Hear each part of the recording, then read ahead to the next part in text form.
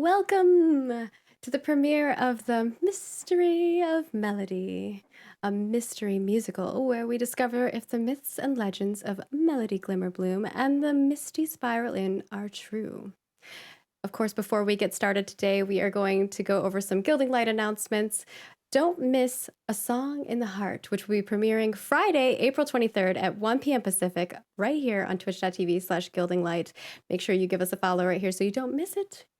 And of course, the Siren Battle of the Bards Kickstarter goes live tomorrow. I hope you all are excited. Thursday, April 22nd. You can go over to thebardbook.com for more information. And of course, be sure to follow Apotheosis Studios on social media and join their Discord so you don't miss out on anything.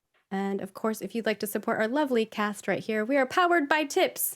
So head on over to streamlabs.com/gildinglight/tip to make sure that but also make sure that you use hashtag TMOM. I'm calling it TMOM because that's our acronym, to donate. And not only are you helping support the cast, but you can also affect the game. $5 is an inspiration, which will add a 1d6 to their roll. $10 is a disadvantage, 20 for advantage, 30 for hit dice, which will heal them for their hit dice, and $50 for wild magic, which we'll roll 1d200 and we'll see what happens. It can be good. It can be bad. It can get weird, whatever. So donate, find out what happens. And with that, we shall begin the mystery of Melody.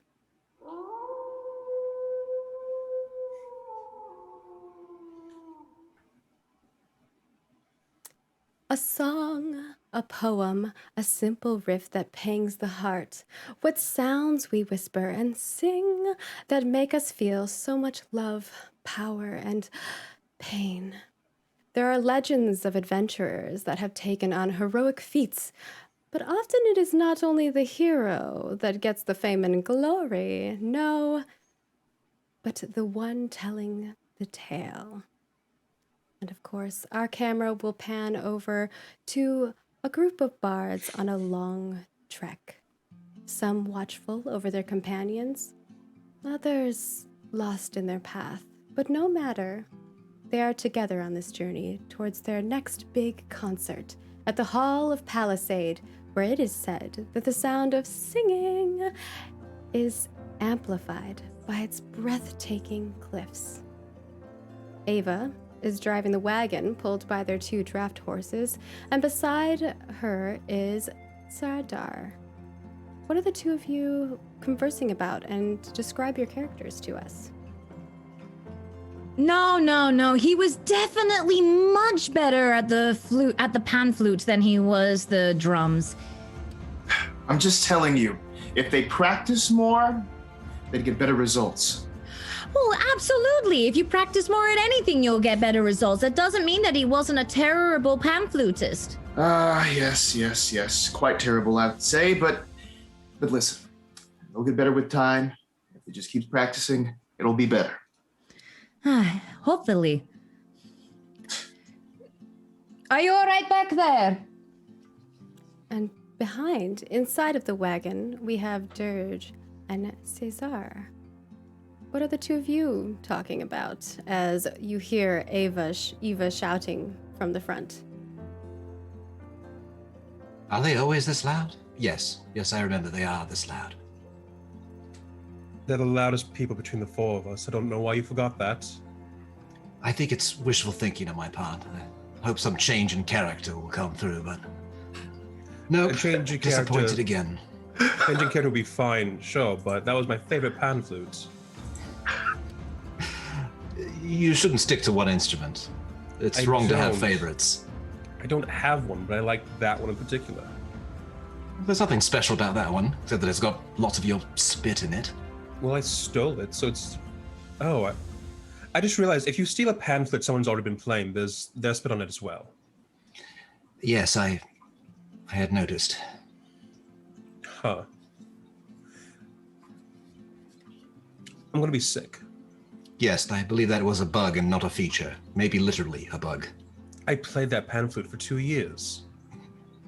Well, maybe you've built up your immune system at this point. Or worsened it. You don't know what people eat these days.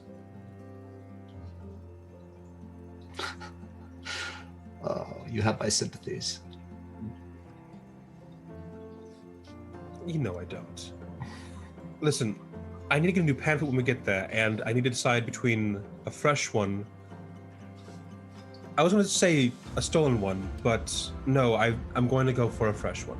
I'm not going to steal any more woodwinds. I mean, I would encourage you to take up some woodwind or something that maybe that plays against type. I mean, if there are other satyr bards out there, no doubt they are pan-flute enthusiasts as well. You have to carve out a new niche for yourself. Can you ask yourself that question again? Are there any other satyr bards? I'm sure there must be. Aren't all of your people quite musical? It's like our main thing. It's called a pan... Oh, I thought you were named after the flute, not the other way around. No. That would be like saying that it's my dulcimer or it's my drums. No, I'm not. No. It's named after someone else who popularized that particular flute. Speaking of which, why don't you take up an instrument like the oboe, perhaps? I think there's a famous oboe playing person I seem to remember. Maybe the Do you mean an oboe or a famous kind of Lauren. oboe? A Lauren's oboe. Ah, yes, that's it. Sure. I'm going to try and find a Lauren's oboe. Sure. Okay, sure. At the risk of seeming typical, I do have to ask, are we there yet? Not yet. We got a little bit of ways to go, but it's not too far away. We'll be there for sure. But yeah, how's soon is soon in your lifetime, huh? Meanwhile, Sardar, he's focused and drumming this pattern on his legs there. Okay, I gotta get this right. It's gonna be perfect by the time we get there. As I always say, stick to one instrument. That's the best way to do things. Mm-hmm. Just like that good old Bill Collins. One instrument man there, absolutely. Mm-hmm. One instrument bard. A bard of legend, for sure. Sardar, so But yes. you're practicing your drumming? Is that what's happening here? Yes, so I'm practicing my drumming. Ooh, let's get a performance check. Our first check of the day. It's so fitting. A bard performing. Let's see how well you play for your companions. So it's a slightly low roll. It's a 24. Oh, so low. Express to us what this drumming looks or sounds like, and maybe what you look like when you're doing it, and describe yourself. I'd like you all to describe yourselves. Okay, great. So yeah, I think I'll start with the description. The person you see here drumming in their lap is a high elven man. He's wearing these dark, sort of loose-fitting clothes. This big hood is not over his head; it's down back, so you can see his face. He has these shimmery, almost golden eyes.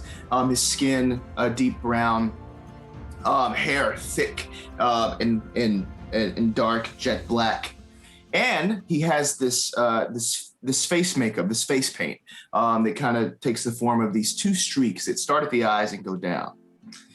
He is drumming on his lap there. It's a pretty slow beat that quickly increases in pace as he's trying to practice this rhythm that he's played 1,000,000 times, but he will play 1,000,000 more to get it perfectly right. Eva, what does your character look like as you're listening to this wondrous drumming that is drumming throughout, kind of like almost echoing off the canyon ridge that you are riding upon up this mountainside? With a flick of her wild purple hair, Eva starts kind of humming along, her little blue tiefling self, freckles in tow, humming along to the beat that Sidar is playing, or at least trying to kind of improvise her own thing with it. She's really starting to get into the beat that Sidar is playing, especially as he's performing it so beautifully. And so, yeah, her tail starts swishing a little bit. Her smile lightens up, and her little blue freckled tiefling self starts really trying to create her own music with Sidar in the front there, which is partially why they are known for being loud. Anytime one of them is practicing, the other one is like, okay, it's a jam session, let's go. We have to see how well you harmonize together, so I would love a performance check from you as well. Absolutely. I'm making sure that I click this right. Oh no! Oh, well. Considering the role, thank you for the It's not expertise. on par with Sardar's expertise, but it is still good. It's good. It's not going to win any chant winners or anything, but it's a bop. You were would you off just a little bit there. Would you like to sing us the bop that we're listening to? Put you on the spot. Put you on the spot. Well, I'm guessing. Okay, Sidar, give me a sample of what this beat sounds like a second. Okay, cool. Let's see. So it starts off. Let me know I'm if you going can hear down. this. You're coming down with me. All right, cool. I love it. Let me know if you can hear this. It goes.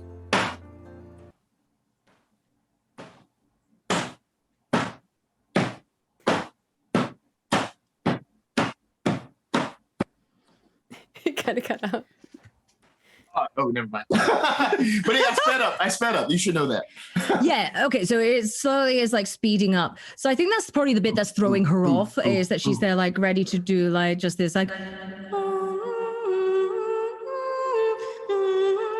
boo, boo, boo, boo, boo, boo, boo, boo, boo, boo, boo.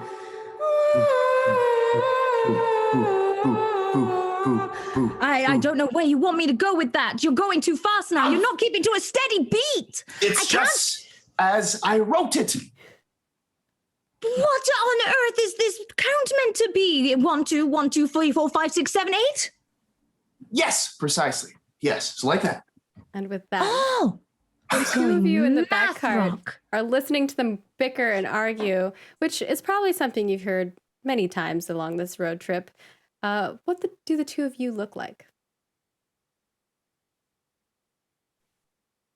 Do you want to Are start, you going to friend? polite off? You're both holding the door for each other? Just glaring at each other with open doors. Just come on, friend. Oh, no, after you. You start. You describe your character first. Oh, me? Yeah. Okay. Cessair is a satyr with jet black furred legs and hair, a kind of sharp beard. He's got fine clothing on, but it's a thing where you put on your dress shirt when you're still half awake, half asleep. So it's one button off. But it's doing so to a 50 gold shirt is kind of an insult to the cloth and to the person who made it in the first place.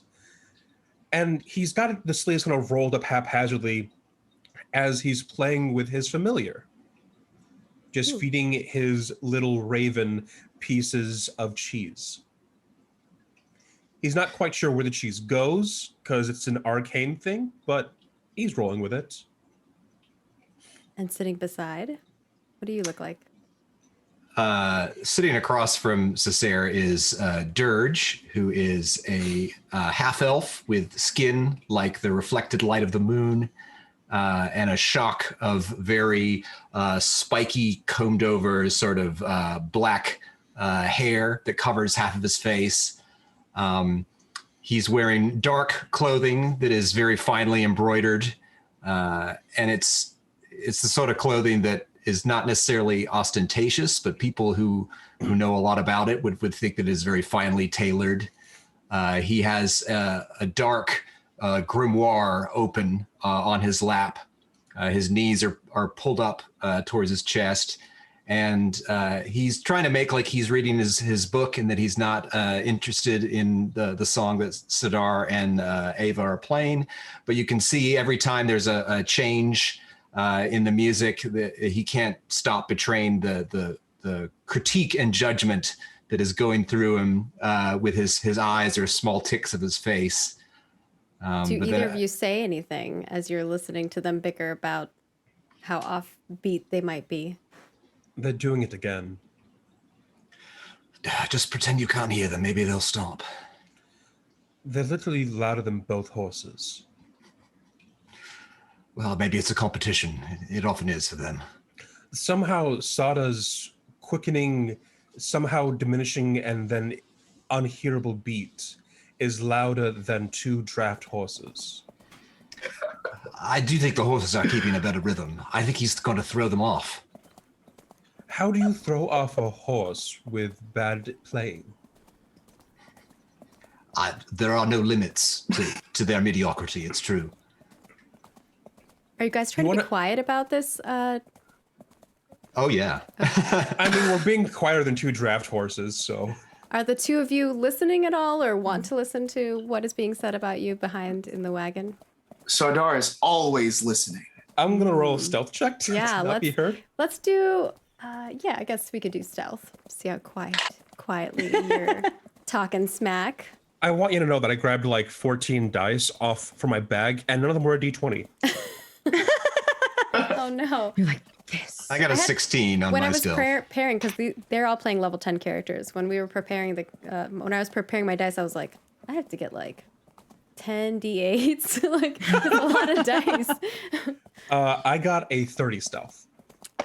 Jeez. So, Sardar, you're going to have trying. to listen. So you need to roll an active perception. Okay, got it. And you have to beat a 30. Good luck. 20. Oh, so too quiet for the two of you to hear. But what was that? It was a 20? 20, yes. And you're 30? But with that, you hear the sound of footsteps. You hear the two of them singing César. And Sardar, you hear Eva continuing to argue with you about your problem, totally not hers. And the two of you hear something else. There's a crackling that you hear coming down from up on the mountainside, and a whoosh of air comes springing forward, and you can see a blizzard is now coming upon you all. And everyone else feels this cold chill and the snow coming down from above you. But only César hears off in the distance, slightly, very quiet echo of footprints in the distance. Heavy footprints.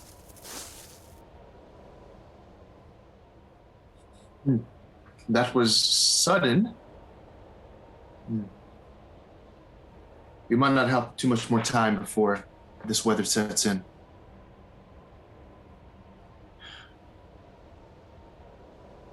How much longer?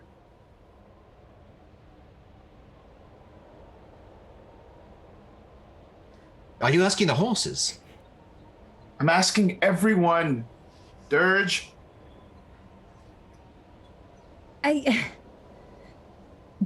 there a chance that Eva might know just how much further we have left to go? Roll me a survival. Cool.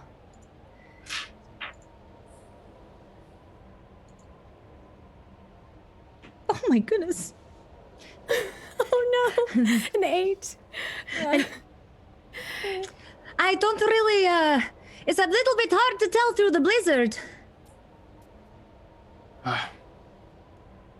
Can I take a look out and see if I see any sort of civilization near, possibly our destination? Sure. Off in the distance. Roll a perception. 10. You don't see any civilization, and the blizzard is getting so strong now that, like, you can't really see much beyond you all. And It's starting to get dangerous for the horses. In fact, this is now difficult terrain. So you are moving at half the pace that you would normally be going at. And it's very cold.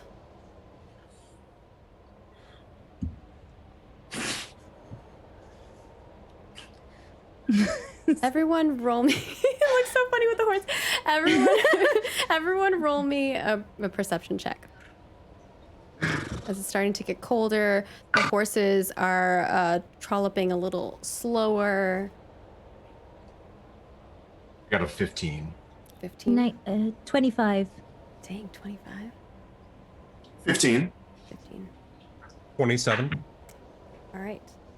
Eva and Cesare, you hear the sound of footprints again. This time for you, Cesare, it is closer. But for Eva, this is the first time you're hearing the footprints. It sounds like heavy footprints, but off in the distance. Do I know? Can I tell which direction? Yeah.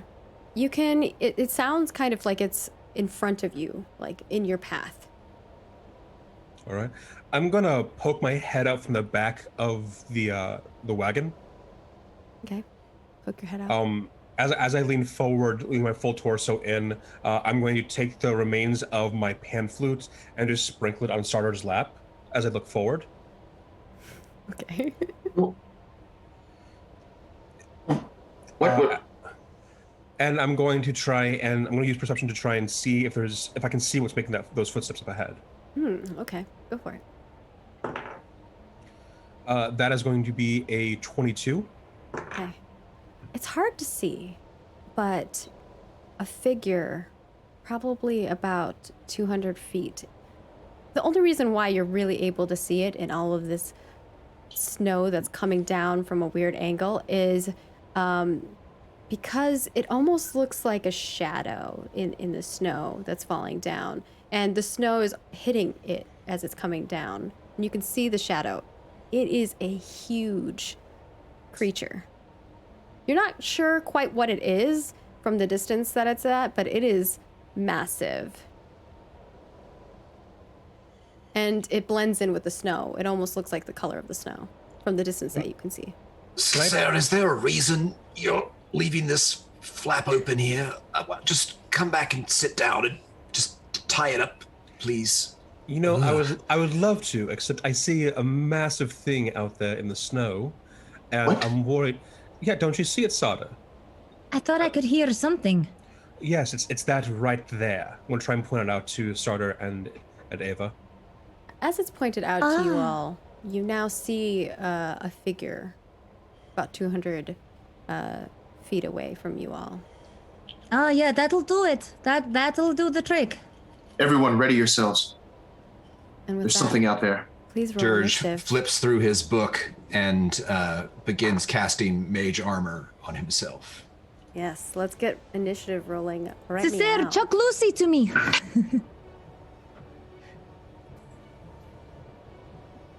Okay. My loot. All right, I'll need everybody's rolls.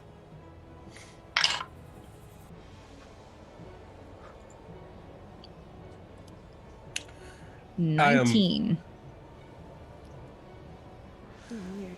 I am rolling with a fantabulous 10. It's a fantabulous 10. I A might have to do fantabulous this 10. a different way. Oh. It like wasn't adding your characters for some reason to my encounter. Ah, there we go. All right, Eva, what's yours? 19. 19. Sardar. 5. 5. Oh no. Cesare. 10. 10. Dirge. 17. 17. Okay. And for my monsters. That's a plural. I don't know if that's a plural.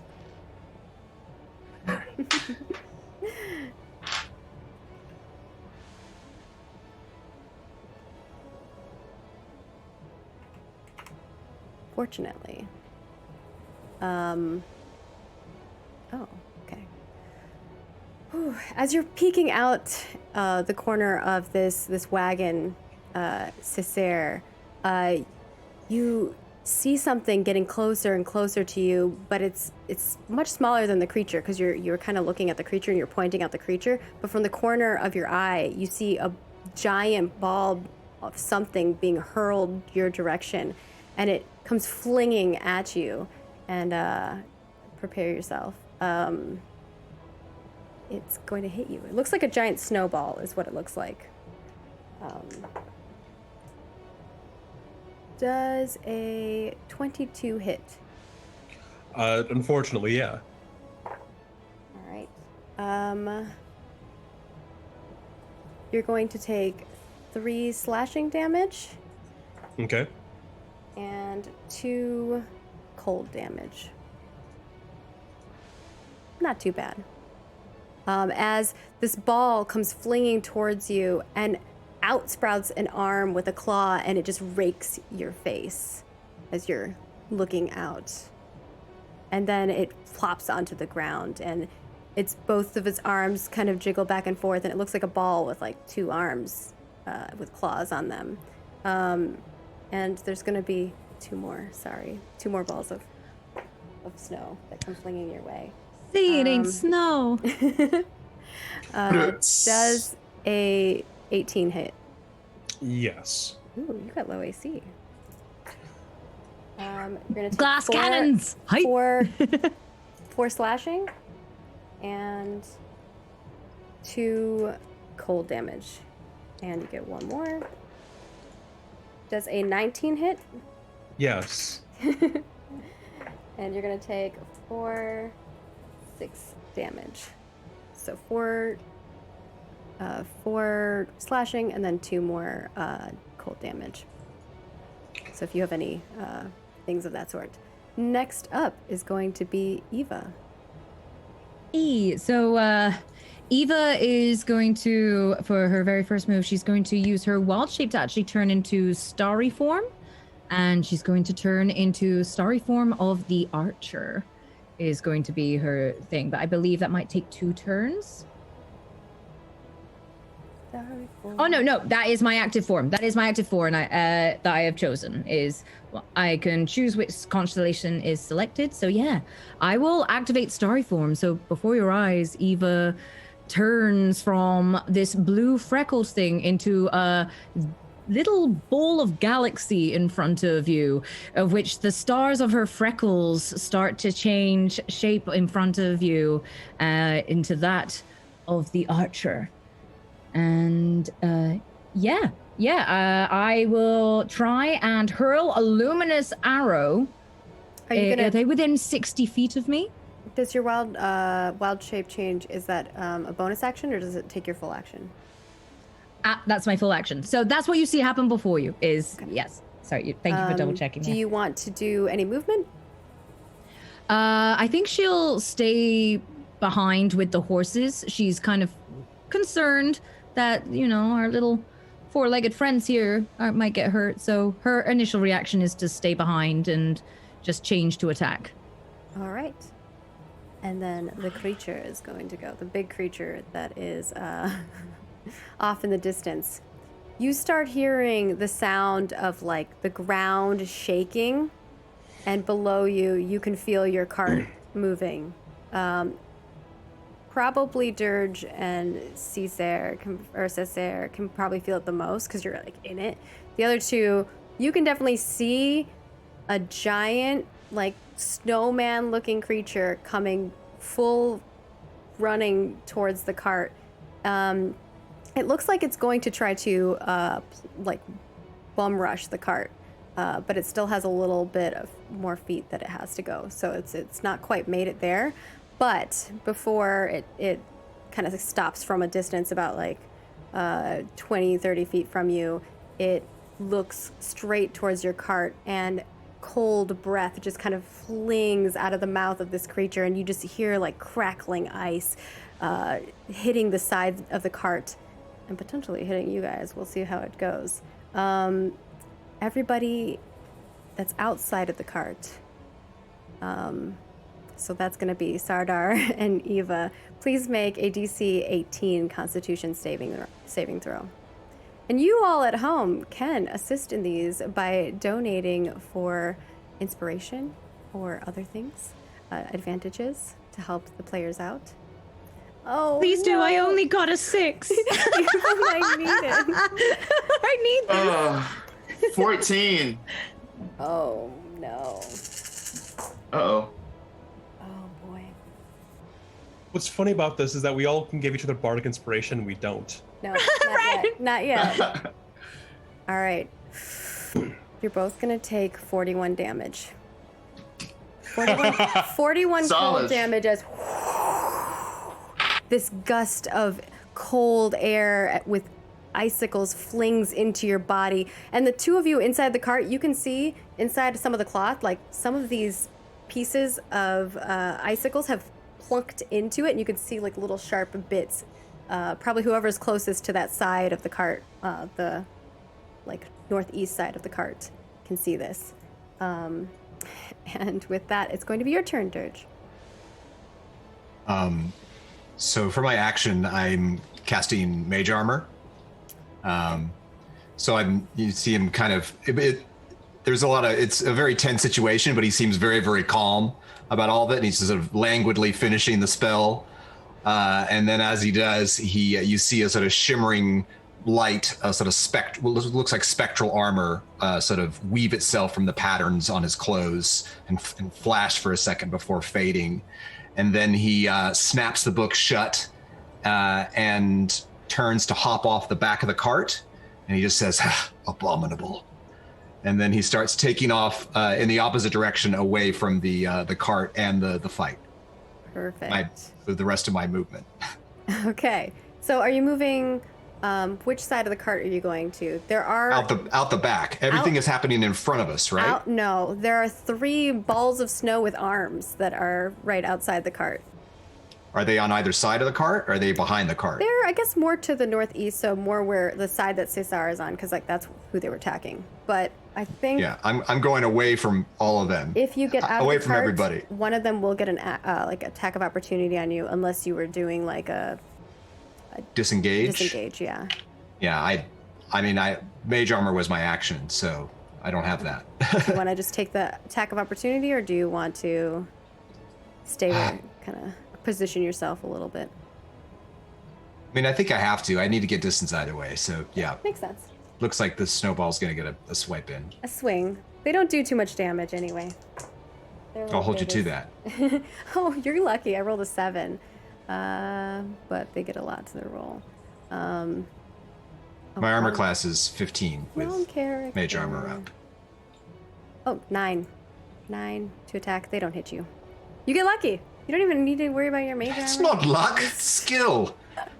Yeah, what does it look like as you're like sliding away and like maybe this thing goes to claw you, but its claws you. I don't even look at it, but I just kind of instinctively just kind of turn my body slightly, and the claw just passes through the air, and I just take off with like a little skip. Perfect. I will have you over this way. All right.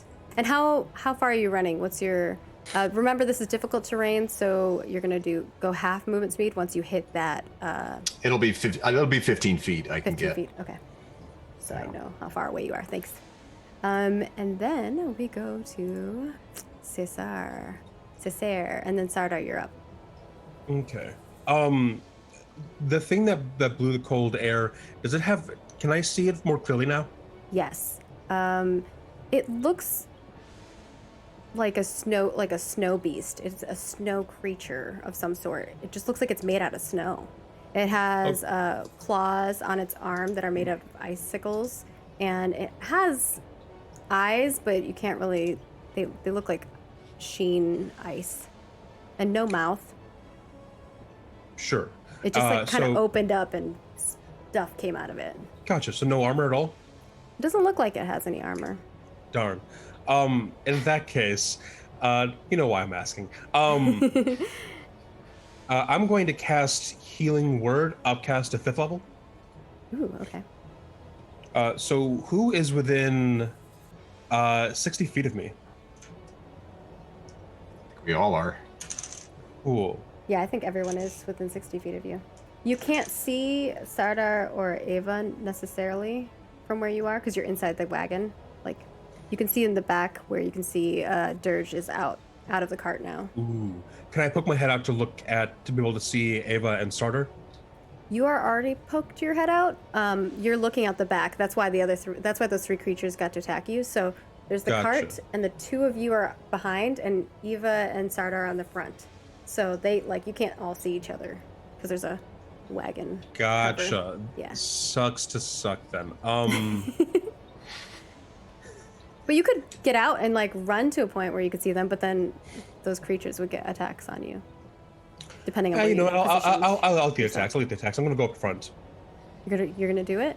Yeah, okay. I'm gonna do it. Do you want to go through the cart? Do you want to go through the wagon up to the front, or do you want to get out and then go around? I want to go through the wagon. Through the wagon. Okay. I think only because it's around the corner. I think they all can try to attack you, but they might not be able to hit you. Let's see. I'm feeling confident because one of them already tried to swipe at Dirge. All right. You have 14. Misses. 11. Misses.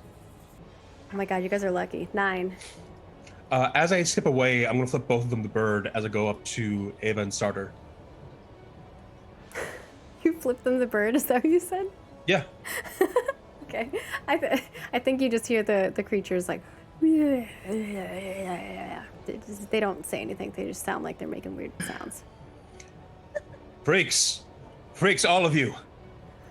Going up to Starter and Ava, popping my head out. Hi, you look miserable. And we feel worse. It's cold. Right. Yes. Eva's just gonna be like, speak for yourself in her little starry glowy form. Oh, at that stage already. Cool. I upcast Healing Word at 5th level. Right. And I am going to be healing 7. Ooh. 13. 17. 22 points of damage. Ooh, nice. Thank you. To everybody within 60 feet. Thank you. And then can I see the big beast thing? Yeah, you can see it now, like what I described to you before. That's what you see. It's coming. It's running. It stopped for a moment to blow a bunch of air, which you didn't see that part. You just saw it fling through the cart. But you see it looks like it's already about to run again. Okay. What does it look like when you heal people? It looks like there are just vines coming out of my mouth. Ooh. Oh, a little creepy. The vines, I was like, ooh, and then coming out of your mouth, that's intense.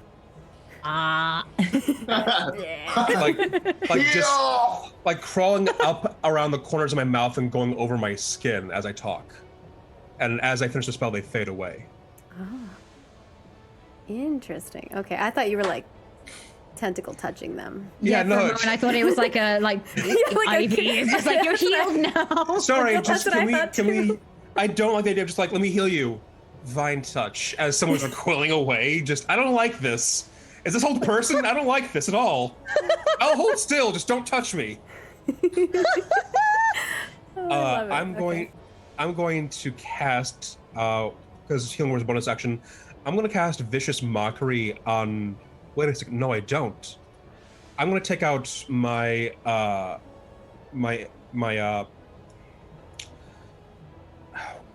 an instrument. I'm going to pull out my lyre, my Reveler's Lyre, and play one tune, one note, and play Otto's Irresistible Dance on the big creature.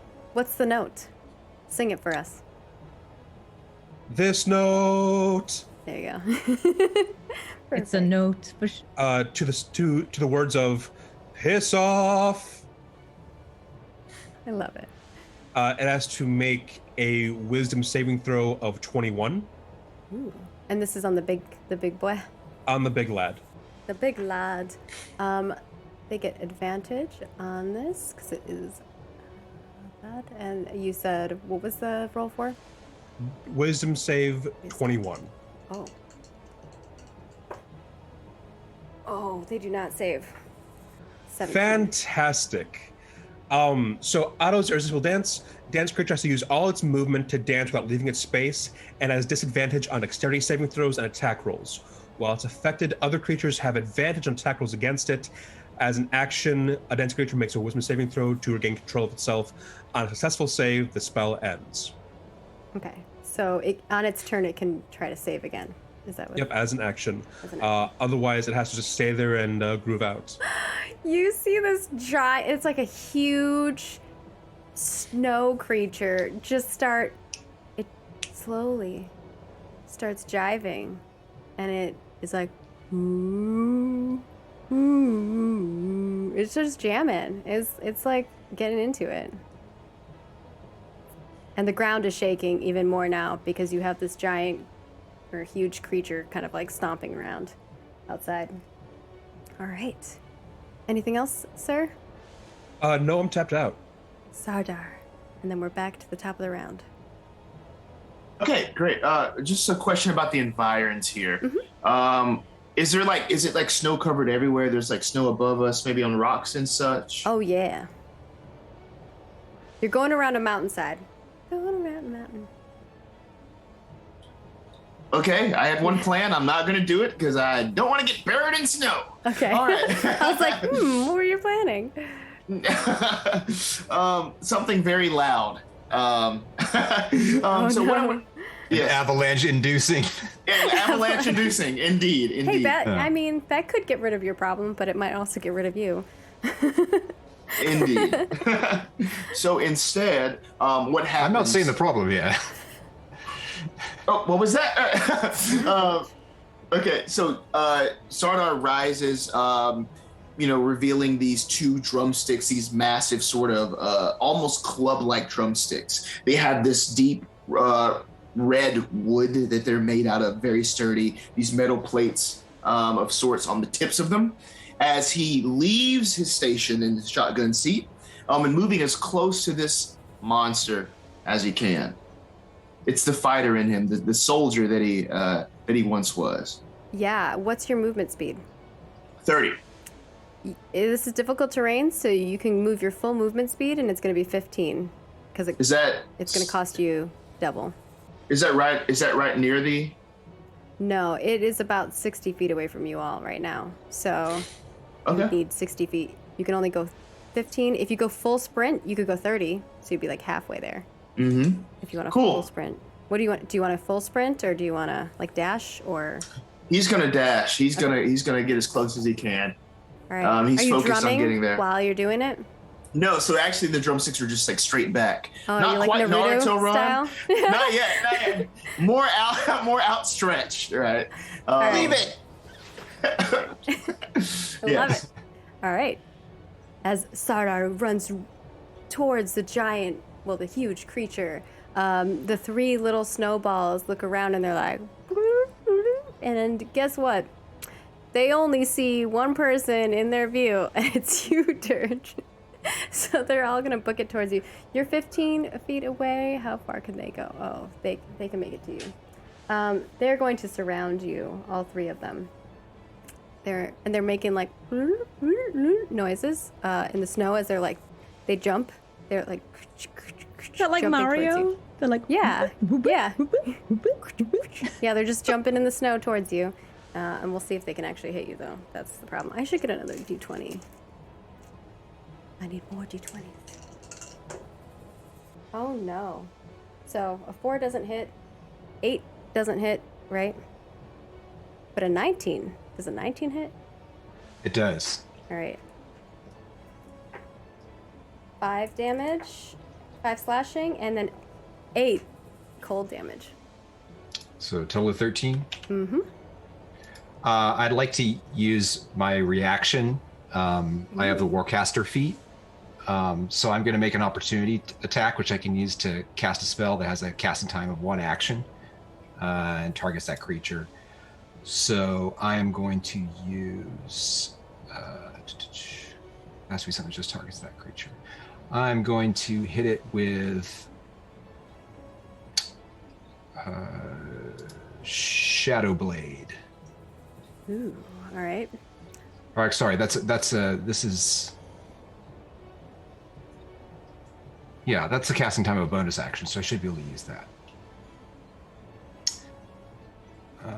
All right, so yeah, basically he hits me, and then it kind of throws my arm back with the clawing, and then you see out of just wisps of light and stuff, it illuminates the snow that's falling around me, and you see like what looks like a spectral short sword materialize in my hand. That's made out of like, it looks almost like a negative, like just solid black, but then the edges around it seem to glow like an eclipse with a weird sort of purple ultraviolet light. And then I'm gonna attack him. Okay, I think I'm +8 to hit there, so it is a 26 hits, yeah, right? you hit. Okay, so that is it deals 2d8 psychic damage, but I'm also going to use my Psychic Blades trait to add damage to it too. So let me get the 2d8 for that. This looks sick. Especially, I can imagine it with the ice and like these shadowy looking blades. Yeah, he messed with the wrong half elf here. Yeah. Well, they're not the most smartest creatures. He fooled around, and now he's going to find out. So let's see. Mama said to attack. Let's see. So Psychic Blades adds an extra 3d6. So. Ooh.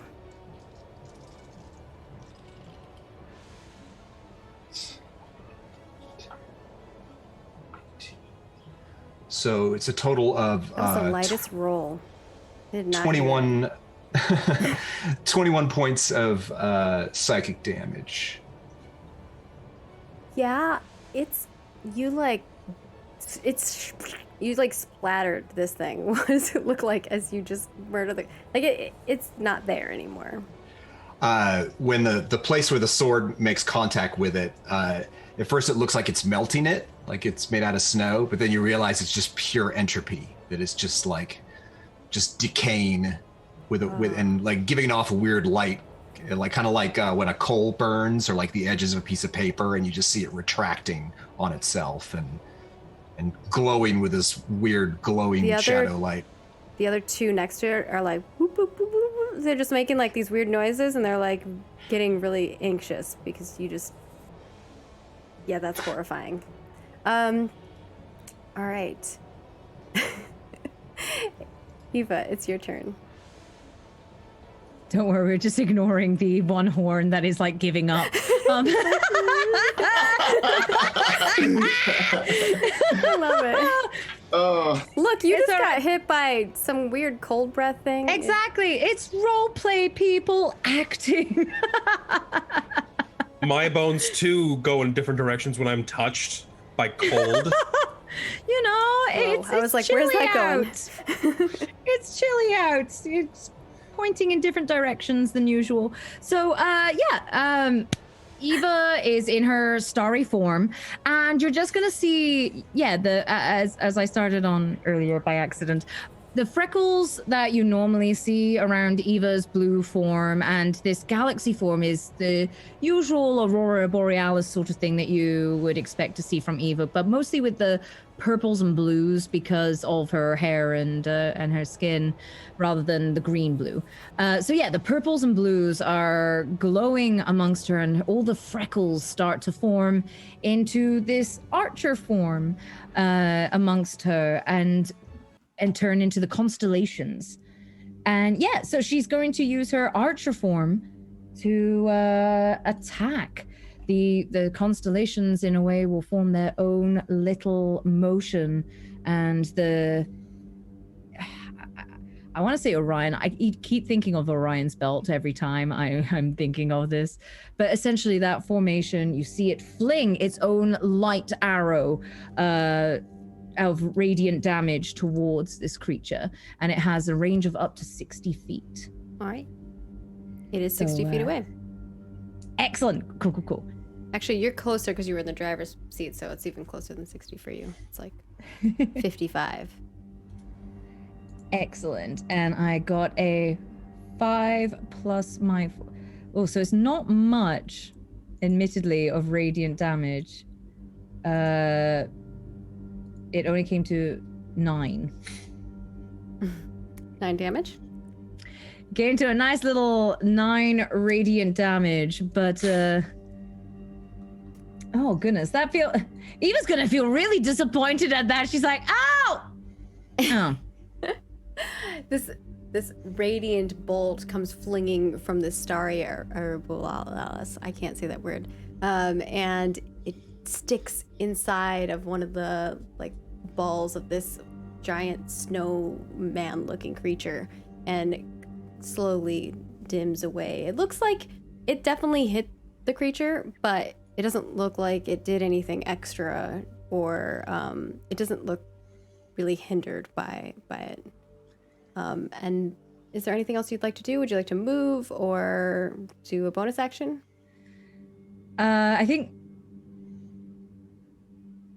she's going to use the True Strike to hold on to an attack thing for the next round. She's just going to point at the thing angrily to cast True Strike on it so that she can hold that for the next one. But then just look at Sadar initially at just like the arrow doing its little pathetic like choo, and the light just thing, and just be like, what? I'm injured. I can see that. Well, he yells that, I guess, if he's... Yeah. How far away is he? You're like And the sky 15 feet away, 14 feet, or 10 feet away from her. I noticed. And the sky, look, it's really cloudy right now. How do you expect me to do anything with this? And as you strike this creature and you say these words to it, you just hear this rumbling in the ground, and it goes... and it's running towards... It wants to run towards you, but Sardar is in its way, so it's going to charge, and... Did it make it save against my spell? Oh, yeah, you're right. It has to, because it can't dance. Oh, forgot. Okay, let's do that save and throw. No friend of And mine. I have to beat what is it? It's disadvantage, right? And it's a dex. It is a wisdom saving throw. Save. Sorry, it's a Got me right in the wisdom. wisdom saving throw DC 21. My one weakness. Oh, just meet it. But, I think that means player still wins. Oh, wait. Defender? Is it defender or attacker? Tie goes to the person rolling. I get it. Yeah. Yes, it does do the thing. It runs. But and it did have to use its action to make that save. Oh, okay. So it can't run. But it roared. It was angry. It's not happy about it. It's not happy about being forced to dance. Good idea. All right, do I have any legendary things that I can do? No. Oh, wait. All right, Dirge, it's your turn. So I still have 2 of these snowball creatures. Yes, they look on me, correct? pretty frightened. Like maybe they might run away. I can work with that. You're like, no. So I still have the Shadow Blade in my hand. I am going to attack the one that of the 2 of them. If there's one that looks like it's less scared, I want to just try to even it up a bit. So I'm going to use the Shadow Blade, but I'm going to cast Green Flame Blade when I do it. So first I got to roll a hit. All right, that is a 22. Yeah, you hit. Okay, so it does 2d8 psychic from the Shadow Blade, and then this one is going to take another d8 from the Green Flame Blade. So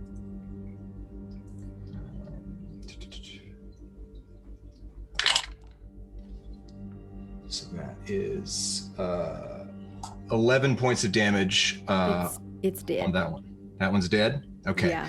So the Green Flame Blade then leaps to the other one. Woo. All right, let's do it.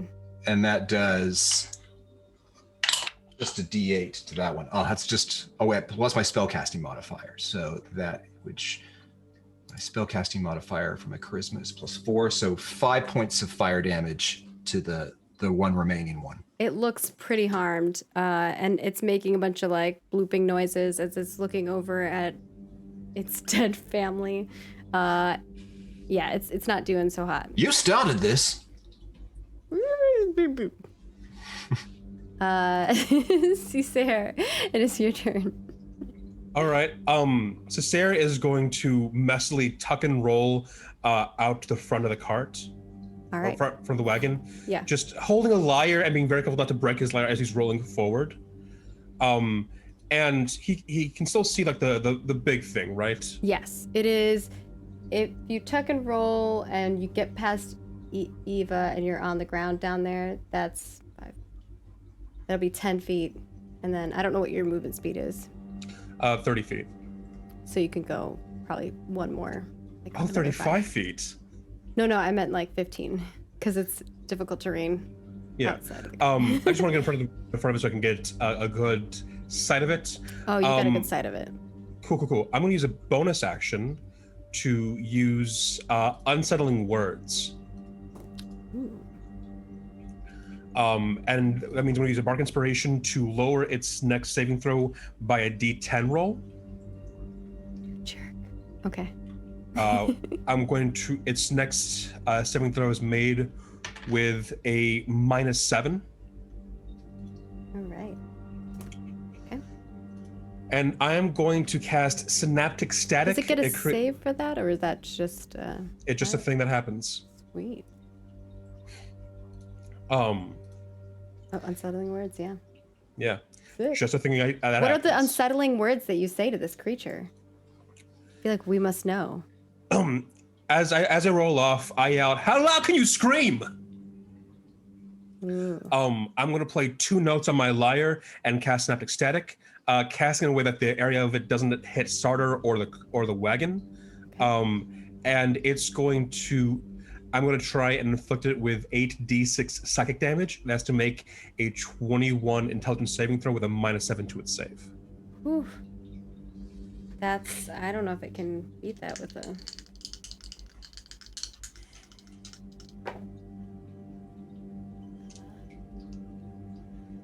But -7, so no, yeah, I'm not saving. Sick. Sick. It takes 38 psychic damage. Woo. And since it failed its save for the next minute, whenever it tries to roll an attack roll or an ability check, it has to make them with a penalty of a d6 roll. Okay, so a -1d6. It can make an intelligence saving throw at the end of each of its turns to try and end the effect. Okay. Cool. Sweet. Anything else you'd like to do to this this ball of snow? Just gonna call out, Dirge, are you okay? Oh, you're muted. You're muted, Alcuin. I'm fine. I'm just killing everyone. All right. Good job. Perfect. And Sardar, it's your turn.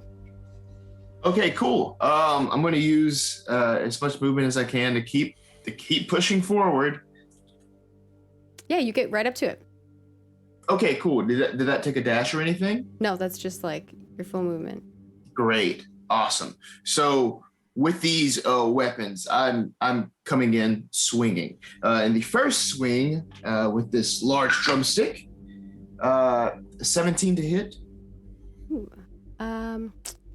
It does hit. Boom, awesome.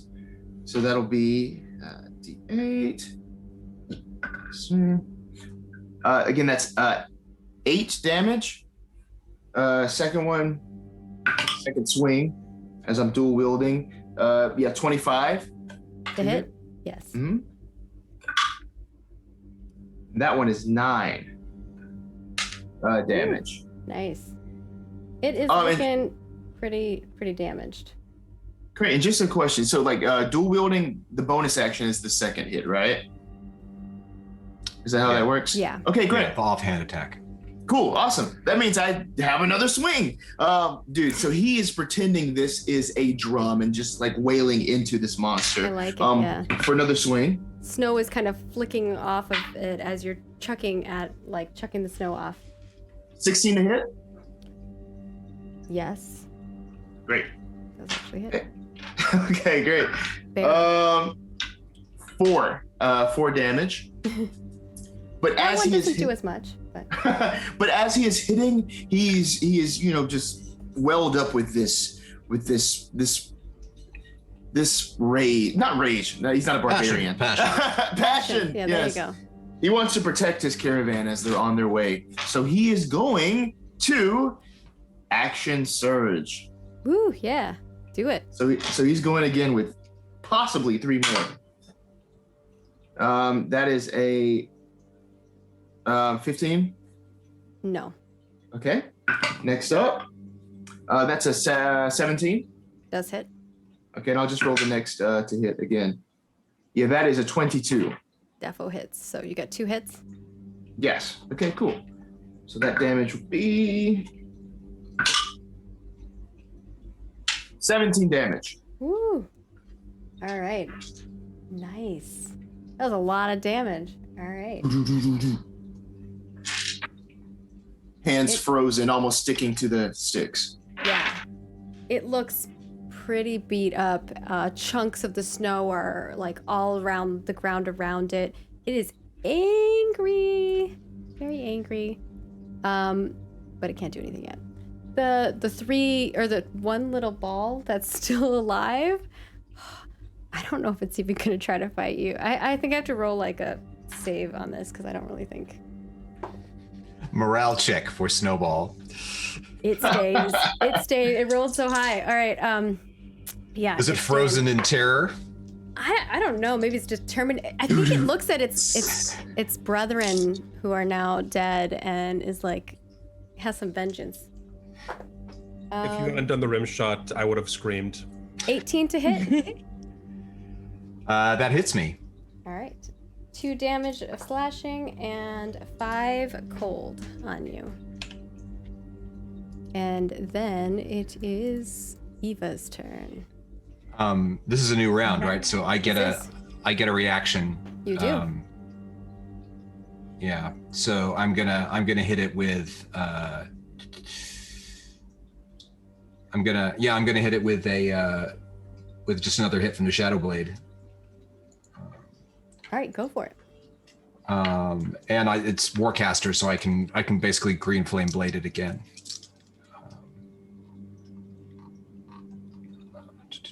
Yep, you can cast a spell of 1 action and targets only 1 creature.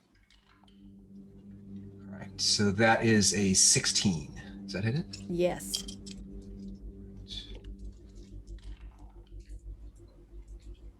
And as long as you don't roll super low, I think you kill it.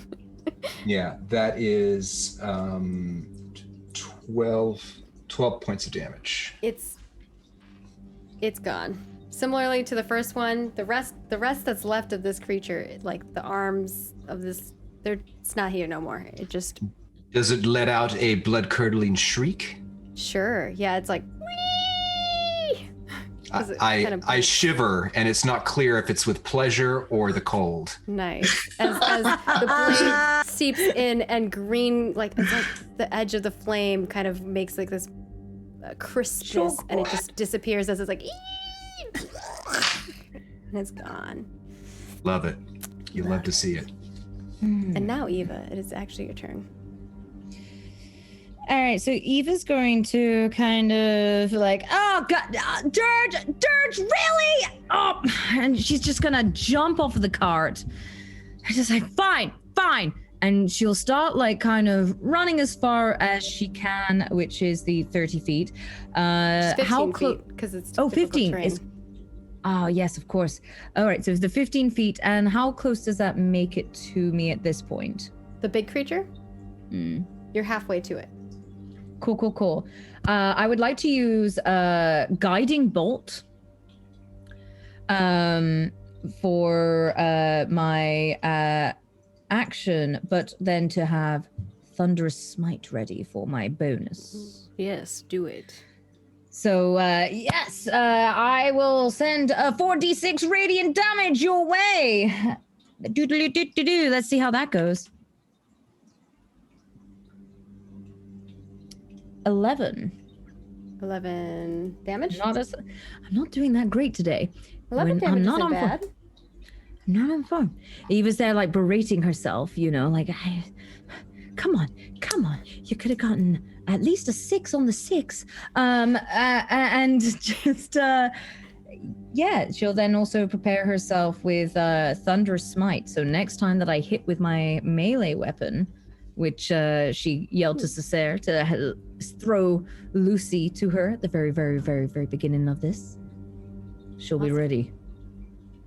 Yeah, the creature has these bolts of light and it kind of just like hits it and it moves back and forth, almost swaying like it was when Cessair made it dance, but this time not dancing for the same reasons, just kind of surprised by these like bolts of light that are jetting through it and leaving holes. And it's now like you can shooting see, stars coming from her body, sort of thing. Sardar, it looks like there's holes in this creature. So now there's just like holes in this blob of snow where those bolts were. And it's not happy. It looks at all of you and growls. I'm gonna see if I can get something back real quick here. That was good. Oh, yes. Sorry, I got really excited. I rolled so well. It also takes a d6 to any attack rolls this turn. Ooh. This is not... does that work? How does that work with damage? Does that also go against my damage or just attack roll? Oh, just attack rolls. Okay. So this is not an attack roll thing. Okay. All right. All of you except for Dirge, roll me your Constitution saving throw. You have to beat a DC 18 as it gets its cold breath again, and it just like it's going for it. It's angry. 23. Ooh, saved. 18. Oh.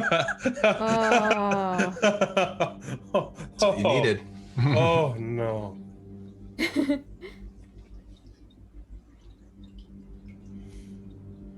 What about Eva?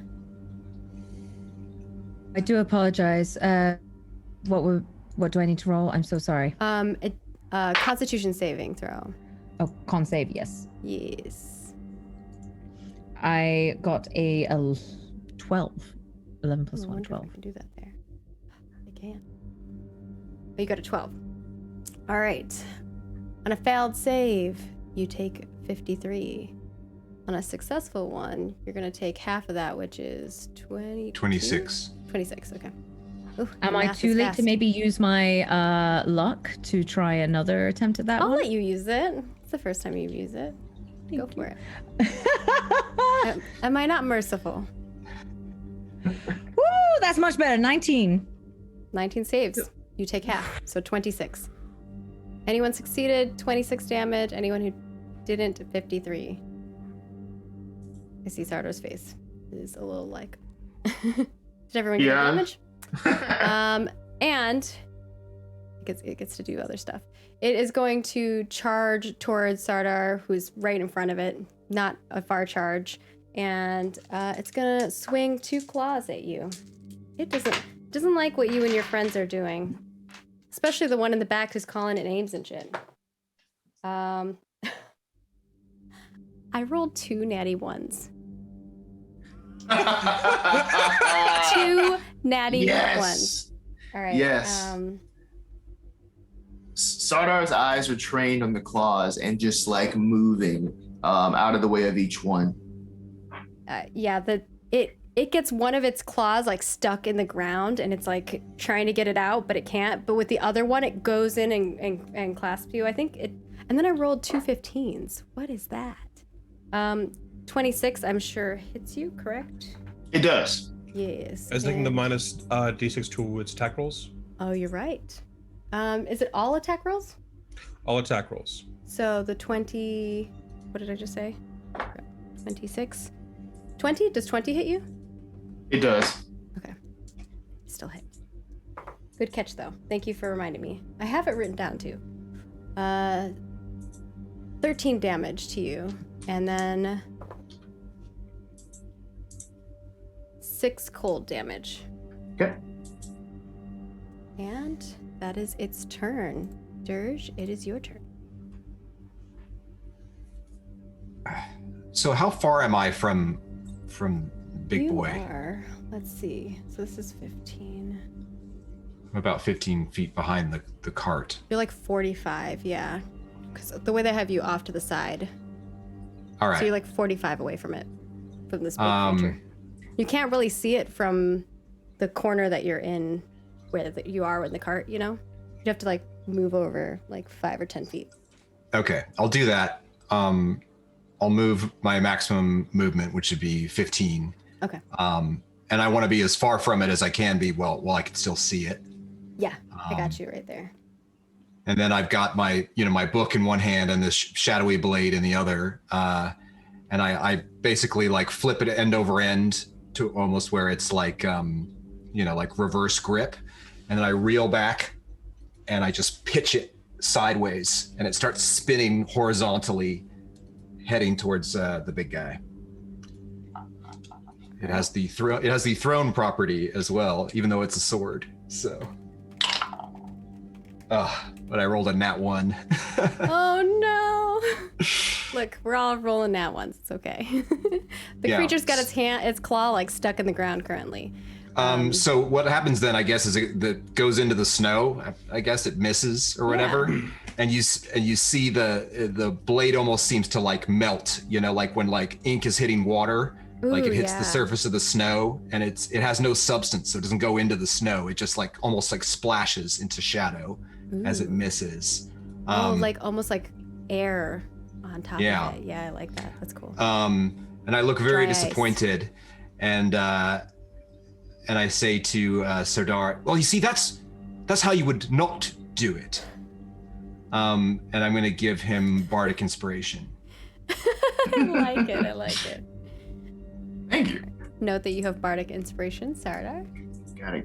And we got a donation! Everybody get excited. So we have a wild magic coming in hot.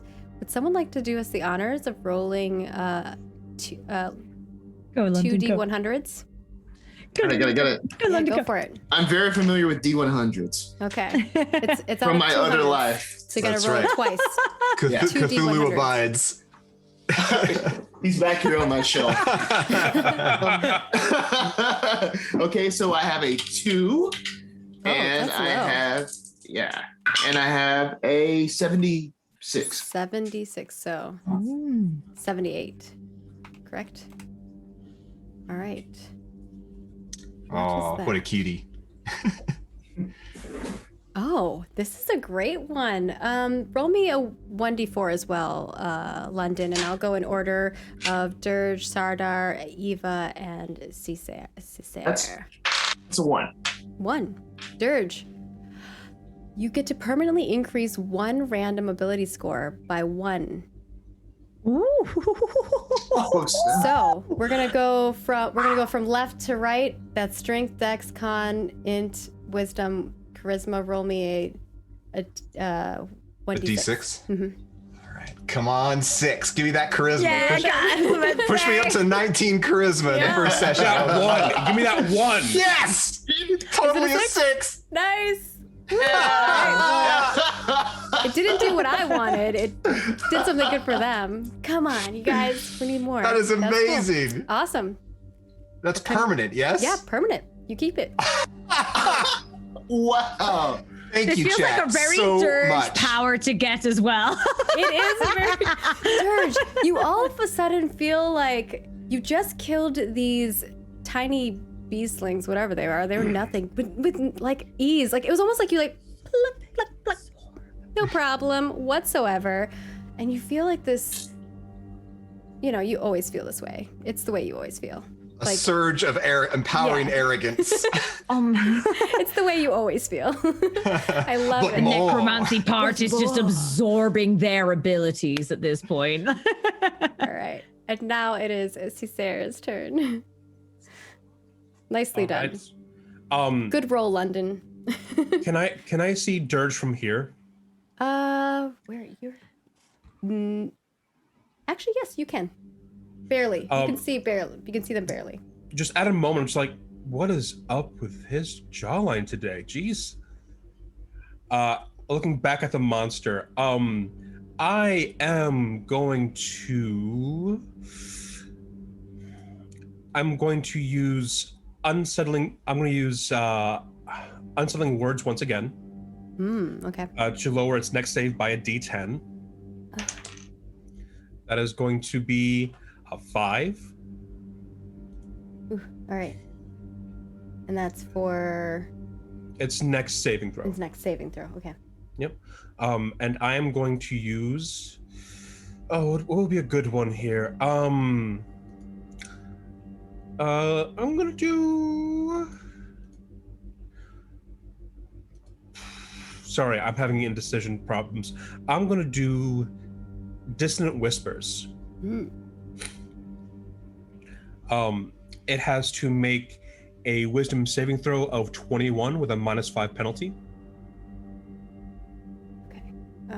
Wisdom saving throw -5 penalty, and I also have a -1d6, right? Or do they not combine? They combine. All right. Well, Stacks. I'm not saving. Stacks and stacks. It's not going. Tall order. Yeah, that's hard to pass with all those negatives. I'm gonna whisper into its non-existent ears. They're all going to beat you to death. And it's going to take 66 psychic damage. Oh my god, 66? 6d6. Oh, 66. Oh my god. I was like, what was I?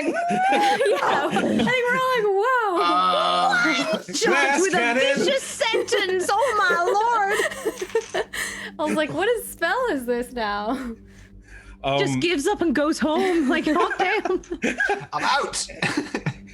Just it looks like it goes, sorry, what? It takes 21 points of psychic damage. Ooh, okay. And it's looking bad. Yeah. And it has to try and move away from everybody using its reaction. Okay. Yeah, it turns around and it goes 20 feet away. It starts running.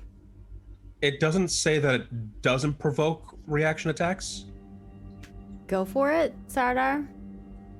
Thank you very much. Cesar, you're casting from a distance, right? You didn't go up to it, right? Oh, I have no weapons anyways. Okay, cool. So you stayed by the cart, correct? Yeah. Yeah, that's where I had you, but I was like, I don't think you moved. Birds are weapons, sharper than knives. Really makes you wonder how the other half dies. I like I'm gonna use my inspiration for this. Ooh. Oh no, well, 16? Yes. Oh yes, great. Fantastic. So this will be that's an 8 plus 3, 11 damage. It's close. Ah. Yeah, it's very close. So close. I just want to give it to you, but it's not. It's really close. But it is your turn next. Oh, how convenient.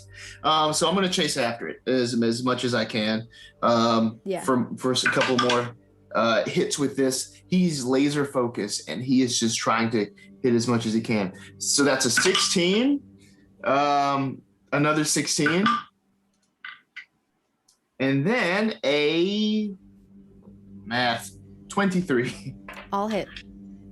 But I'm sure you're gonna kill it with your first attack. Yeah, first attack is 12 damage. Yeah, it goes down, and you hear you hear the sound of it as it falls to the ground. This huge thump it's a huge creature. When you got up to it, Sardar, you were like the size of its toe. It was massive, and it just plummets down into the ground before you, and everything's calm now. I want to use my reaction to do Mantle of Whispers. So Dirge walks about to within 30 feet of the fallen creature, and you see him just kind of like he's like intaking like a deep breath, and there's this like wisp of weird fey light that comes out of the fallen opponent's body, and just sort of moves fighting against the wind, and I inhale it, and there's a moment of ghost light in my eyes as I've absorbed its essence. Sardar sees all of this and just watches, not really saying anything, not really showing anything in his face, but observing. One for the collection. How many do you have now? Oh, the gentleman never tells. You see constellations of concern cross Eva's face. From the back approaching, Cesare puts away his lyre and just shouts as he's approaching, like rubbing his arms to keep warmth. Dirge, were you reciting poetry? It was more slam poetry, but yes. Were you reciting poetry in the middle of fighting? Well, yes, I would consider them cutting words, perhaps. We all had a talk about this. Yes, we agreed that it was very useful. And I think the numbers speak for themselves, like the part where I killed 3 times as many creatures as the rest of you. I'm sorry, you killed what? The snowball creatures. I was able to easily dispatch 3 of them. Do I see the corpses of those snow creatures? You see the corpse of one. The other 2 are... They're... I mean, maybe you see crumbles left of them, but they are no longer existent. Like, even their dead corpses are not there. I was quite thorough. I see 1, Dirge. Eve tromps through and goes like, to be fair, and you can kind of see like there's a little bit of a pulsing of electricity holding in her from where she had her thunderous smite ready. And then it's slowly fizzling out as she turns back kind of to her tiefling form in a little bit of a twitchy way where you can tell she's still got the thunder and lightning there. And she's like, to be fair, I was waiting for my turn. Well, you're good at waiting, I guess. And I'm sure we've been a wondrous turn indeed. Well, efficiency is important.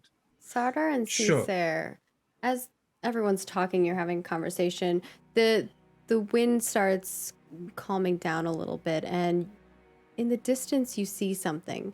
It looks kind of, I guess, hidden by a mist of clouds, but there's something sparkling and shining off in the distance, up further along the mountainside.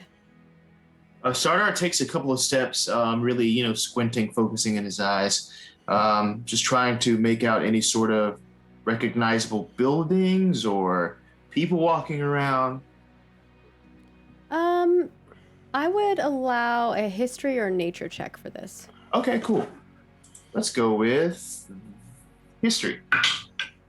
Well, if anyone needs me, I'll be back in the cart. I'm gonna finish my book. And don't disturb me. You saw what happened to the last set of people who tried that.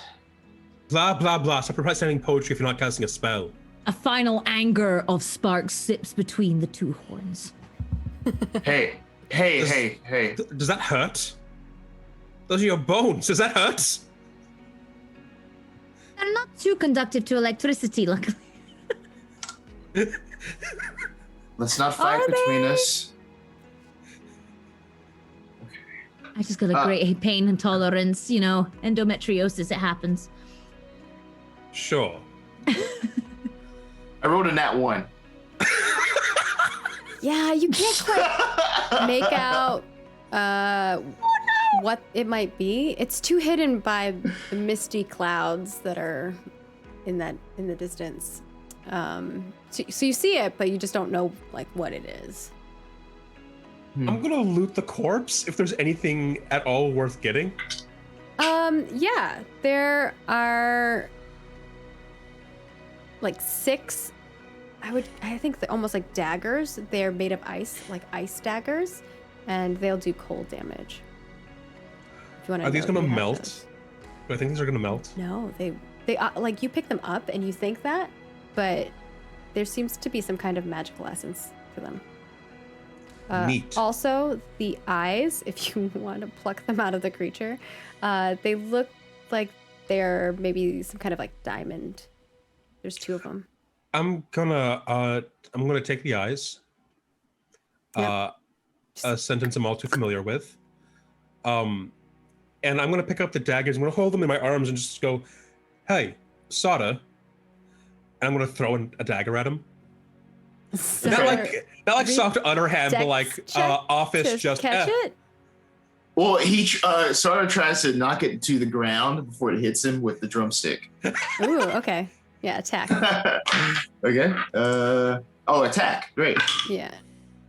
And I guess 9. Cesar, you're trying to throw it, so it's like a thrown weapon, which is a dex base. I'm just kind of lobbing it at him, like you would a softball, a non-sharp softball. Then an easy catch for you, Sardar. In that case, if it's an easy chuck and you're not like chucking it hard at him. He still just tries to knock it to the ground. Yeah, you fling it As off, you- no problem.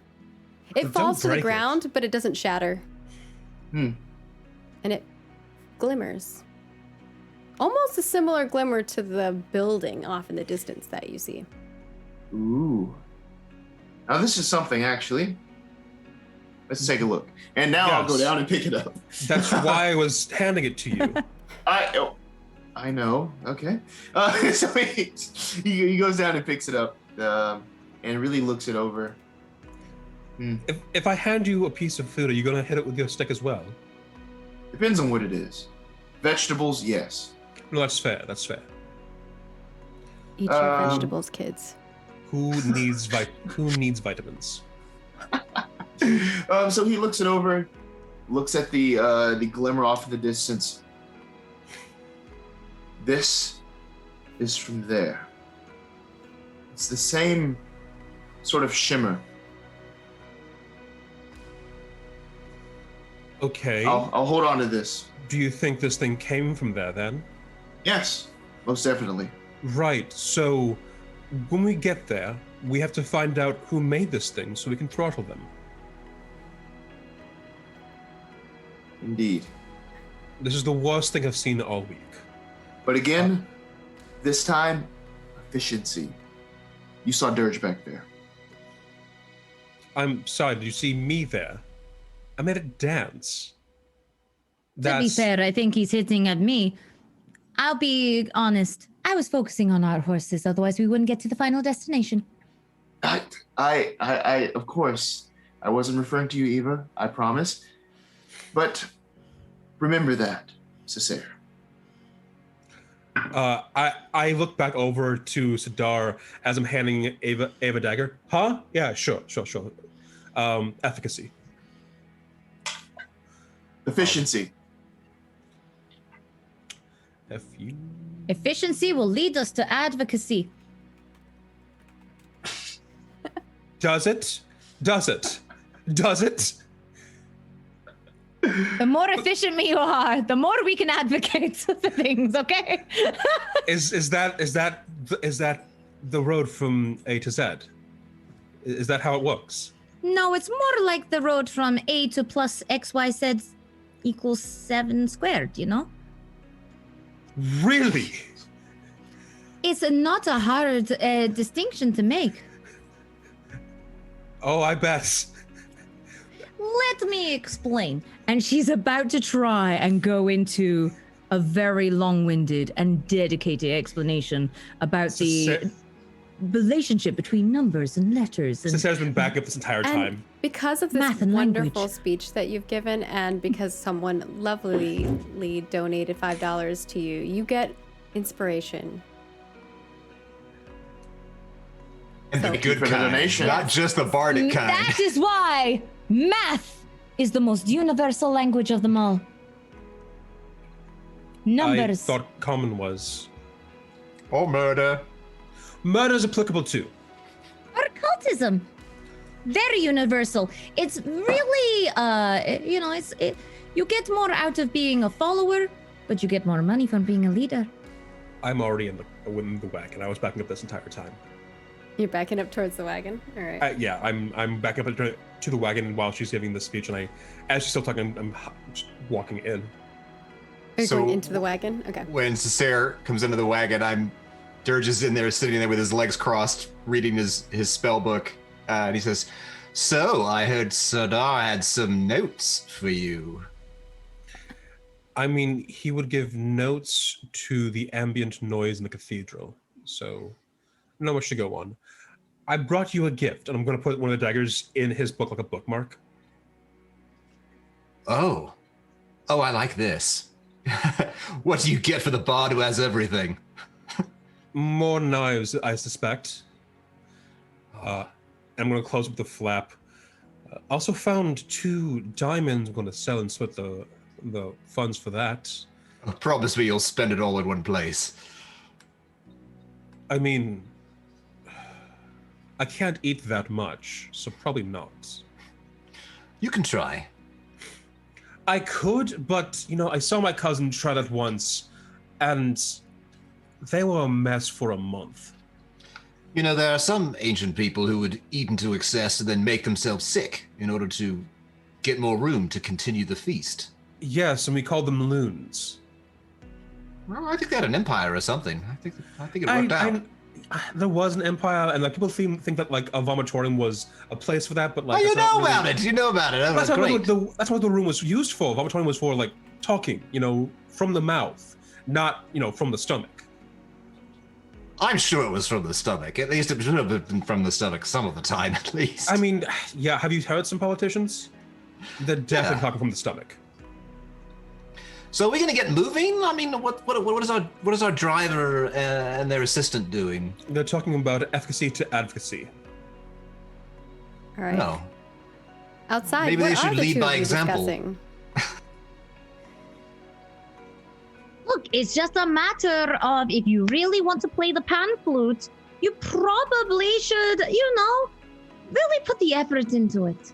Yes, I agree. Again, one instrument is the best way to success.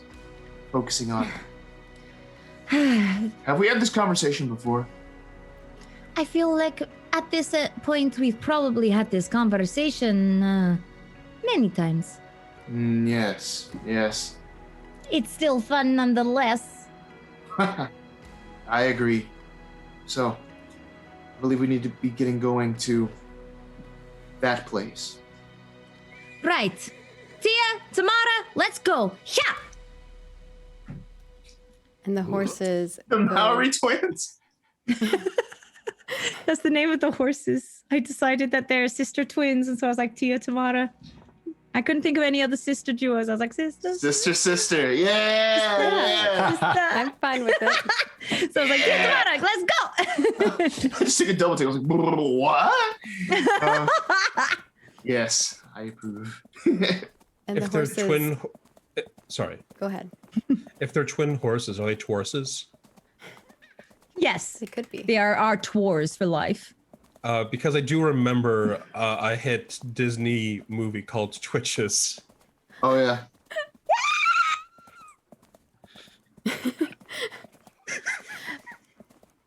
For Where are you you know, going? You shouldn't witches. name the horses. It's only going to get you more attached to them when they die of exposure. So Eva is. Excuse you, Dirge. Glue factories are not happening, okay? They're not happening. You're not going to get any glue out of them. They're just going to get torn apart by scavenging animals. I will not go to an adhesive alchemist. I've seen that firsthand, actually. It's not pretty. Are you going toward Eva doesn't know about the thing that you both saw, Sardar and Cessair. So Eva's probably going to continue on the path. Do you point out this interesting glint off in the distance? Yeah. So I pointed off, we need to go there. And I kind of make sure that I direct the attention to this place, demonstrating the same glint on this new item here as well. Yeah, so now you can see it, Eva. You see the same thing that Sardar sees. It's kind of really hard to tell, but because there's like these misty clouds in the way, but there is some kind of sparkling, glinting object off in the distance. It looks like a I'm so building. sorry. Mars is bright tonight. Let's go. Off we go. Yeah. As the four of you get closer and closer to this area, the mist starts forming around you and you almost like go through it. And then the vision is now a bit more clear and you can see before you. There's this long winding path that looks like a giant bridge. And across the bridge in the far distance are what looks like towers all next to each other, spiraling up into the sky, some of it being hidden by even more clouds that are at a higher elevation than even you are at. And it's beautiful. The ice along it glints and sparkles, and it looks gorgeous. Wow. Have you ever seen such a thing? Oh, once or twice.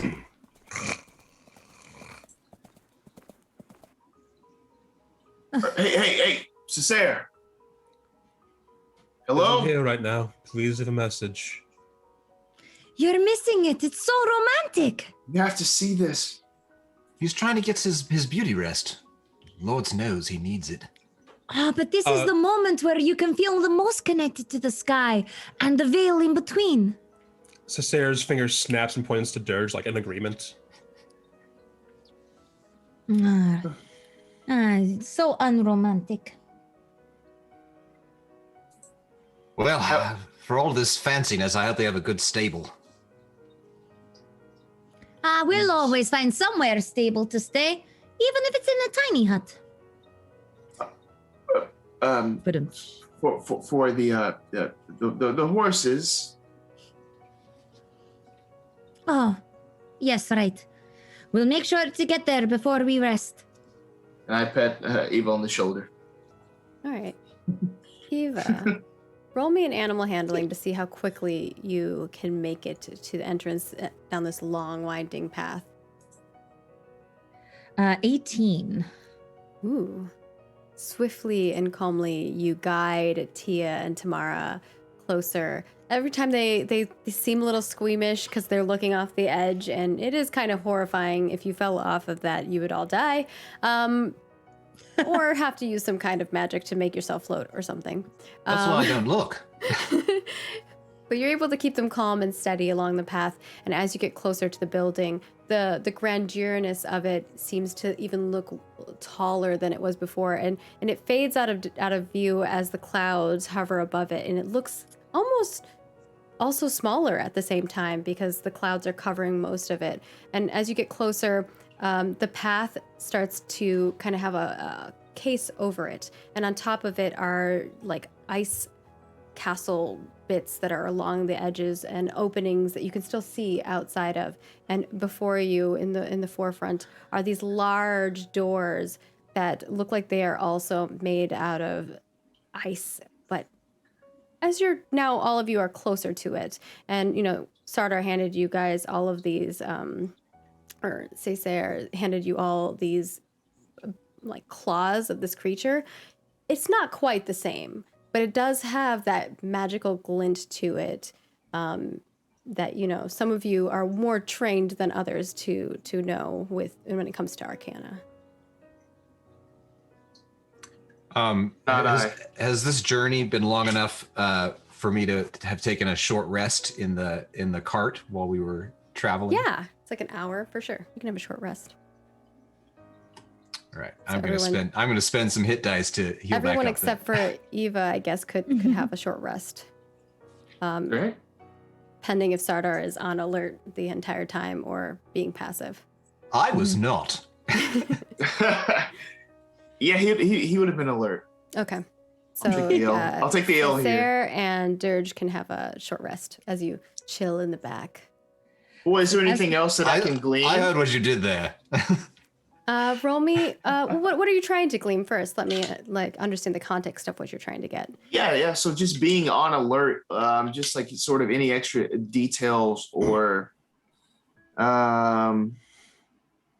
just sort of any sort of like threats that might come from this place? Okay. Threats. Roll me a perception check then for threats. That is a 14. You don't see any immediate threats. It doesn't actually. The odd thing about it is there doesn't seem to be anyone patrolling. There's no creatures outside whatsoever that you can see at all. Okay. Can Eva, in this moment of kind of tranquility of being underneath this beautiful view, I would love if she could smoke her pipe of monsters a moment to just kind of relive the battle that they just had while still having this gorgeous scenery behind her. Yeah, it's almost like a moment of reflection for her. Yeah. As a normal Eva thing to do, she'll whip out her pipe, light it up, offer it around, of course. I'm not going to be stingy.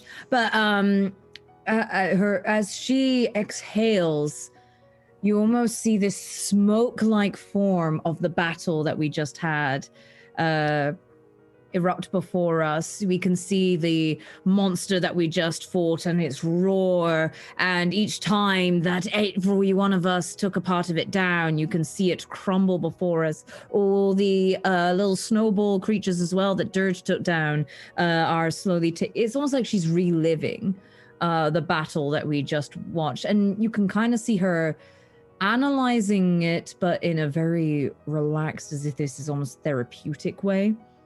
I'm just like, okay, I love it.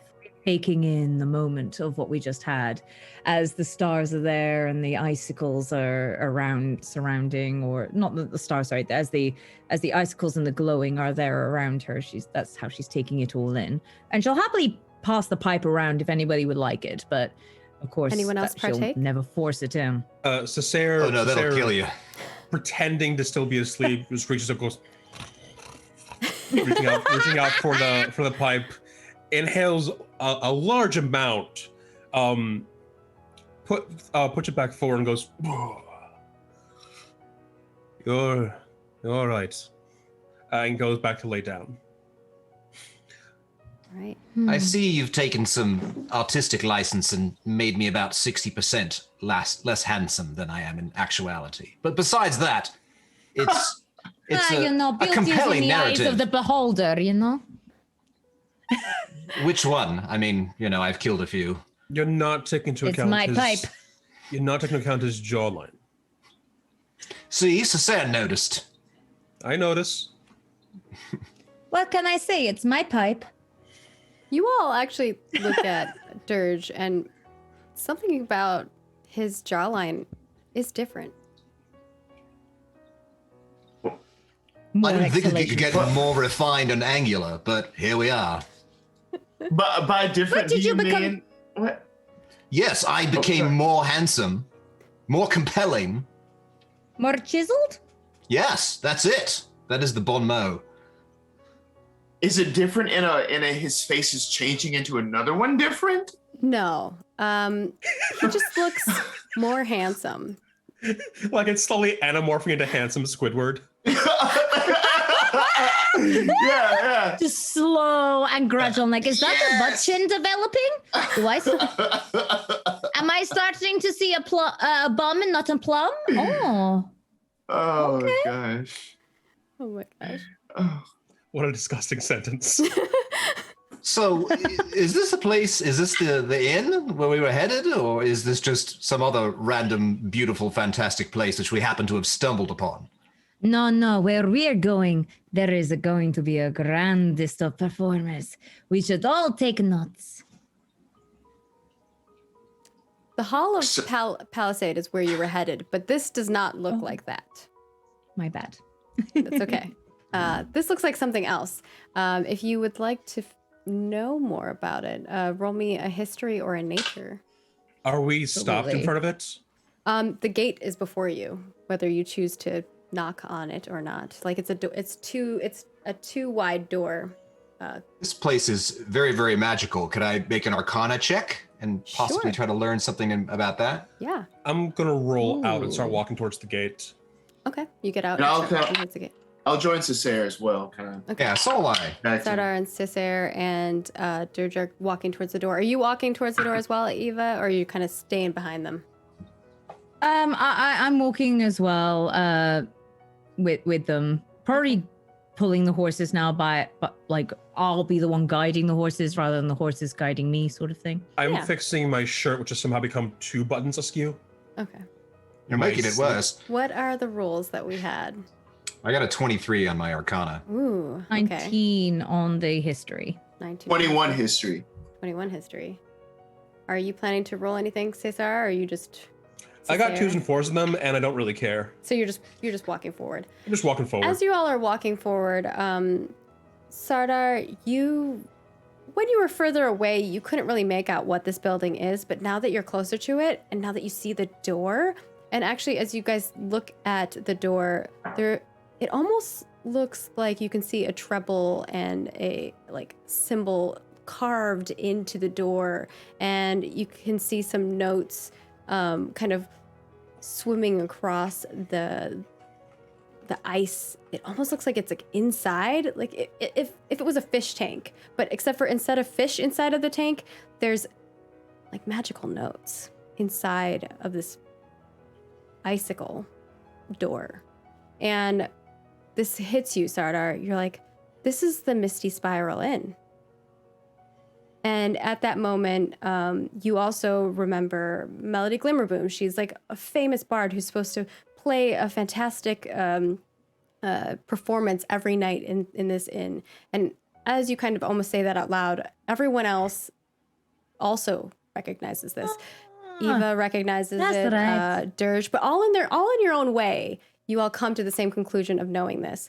Now, there are some other things that you might glean from this. There is the history of the fact that not a lot of people have gotten to see her play, so it is very much a word of mouth that has spread, and it's kind of a little strange that not a lot of people have seen it, but so many people know about it.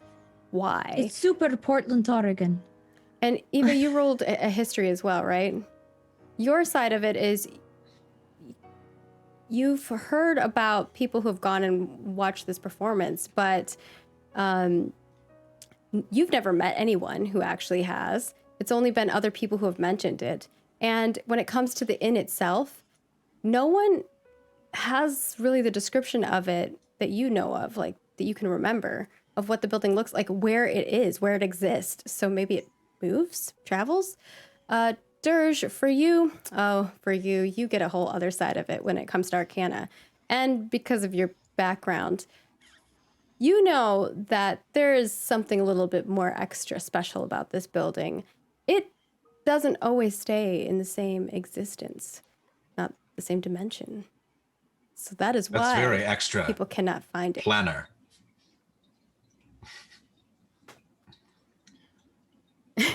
It seems that fate has led us to this place.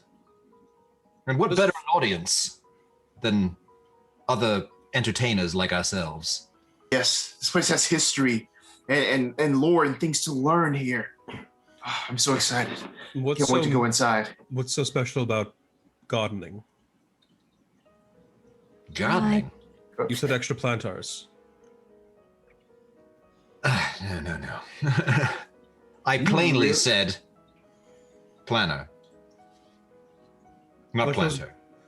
Like those books you write down stuff in, so you know your schedule. Do you need The a lot of bullet those? kind. The bullet kind? Do you have a gun? Mm-hmm. Absolutely, 1,000%. Well, I didn't That's think what they I'm had talking guns here. about. This is a little more advanced than I thought. Wait, so do they have planners or guns? Wait, Are they marksmen or gardeners? At the end of Why the not day, both? I think we're going to find out that this is going to be something a little bit out of the ordinary than we expected. And with that, you hear the door crack, swing open. And as the door opens, this gust of the most beautiful smell that you've ever smelled in your life. It's like jasmine and just flowery greatness comes whooshing out from behind the door, and glimping through the door as the crack kind of slowly opens up, you can see what just looks like the most beautiful garden, in fact, before you, and a large desk. It looks like a concierge desk, and behind that desk is some kind of weird looking creature. It's white and has 4 legs, but kind of they're skinny legs, and it looks almost like a cat in some sense, but it has feathers and wings, and they like weird spirally bits coming out of it, and its eyes are these like big bug black eyes with long whiskers, white whiskers coming from it, and it's very white looking creature, and it says to you all, "Welcome to the Misty Spiral Inn. Well, it looks like you'll be staying here, won't you?" "Yay! I'm so excited to have visitors." And that is where we will end episode 1 of The Mystery of Melody. Yeah! I don't know about the rest of you, but I think today we're using autotune. Can I add one more small epilogue to this whole thing? Sure. So Sardar, before, as all this is happening, kind of goes up to Cessair, looking over at Dirge. You really don't see it, do you? I'm sorry. I'm wondering just what was in the thing that I smoked with Ava? Only And the Sardar goes finest back leaf to of all the Shire. and Sardar just goes away. There you go. Well, we hope that you all enjoyed our first episode with an epic battle, a little bit of banter between our lovely cast members here, getting to know their characters, and well, we'll figure out what's going on in the Misty Spiral Inn in the next episode. But of course, we do have some reminders for you from Gilding Light. Don't miss A Song in the Heart, premiering Friday, April 23rd at 1 p.m. Pacific, right here, twitch.tv/GildingLight. Definitely give us a follow so you do not miss it. And of course, The Sirens Battle of the Bards Kickstarter goes live tomorrow, Thursday, April 22nd. Go to thebardbook.com for more information, and be sure to follow Apotheosis Studios on social media and join their Discord so you don't miss anything. And before we wrap up tonight, I would like to give our lovely cast members an opportunity to say where you can find them, because not only are they doing lovely content here, but they also do a lot of great stuff on the internets in other places. So to kick it off, I will start off with Alcuin, playing as Dirge. When you are not flicking away the monsters as if they are nothing, what are you doing? I am on Twitch and Twitter. You can find me as Different Elves. That's different_elves. I am a TTRPG developer and streamer.